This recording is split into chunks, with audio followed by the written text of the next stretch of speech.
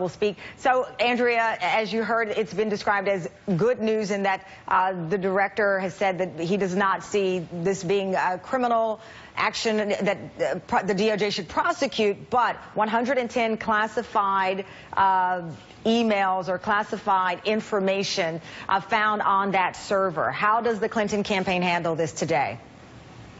It's going to be very tough. I mean, they're going to point to the fact that there is no criminal prosecution recommended. But the fact is, she has been saying for more than a year now that she never sent or received anything that was classified at the time, and his analysis completely disputes that, her main argument. He speaks of the carelessness of it.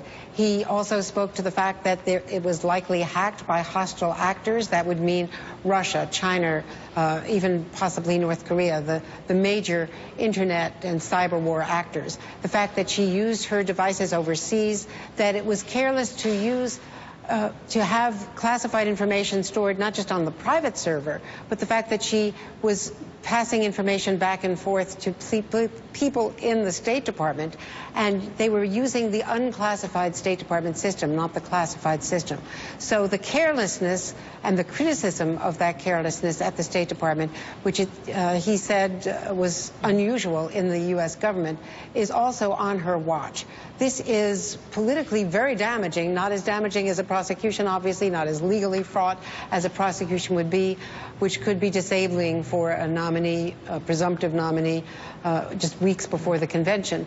But the fact is, this is a big political hit. It is not the complete exoneration that they would have hoped for. Well, what do you believe or what have you been told the campaign expected here, given, again, the interview the weekend, and what they also knew was potentially revealed in this investigation of these many months, Andrea?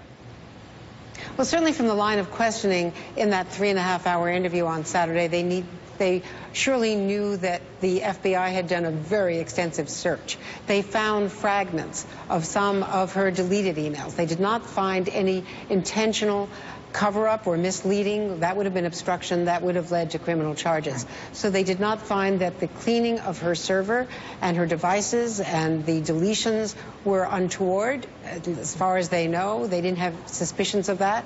And they also found that the prosecutorial standard here, and that's certainly what her lawyers were telling her, was that you do not bring a case unless you think you can get a conviction, especially not this high-profile case.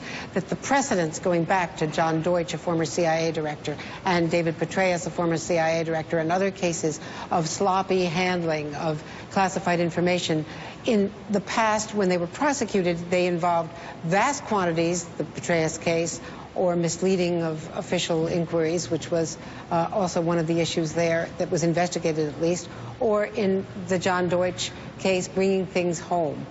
So there was a standard that they knew would protect her from the likelihood of prosecution. I'm not sure that they anticipated the harsh criticism that they got from the FBI director. And it's interesting to note, would he have been so forthcoming had not Bill Clinton met with Loretta Lynch and exposed the Department of Justice to so much criticism and so much speculation in the last week?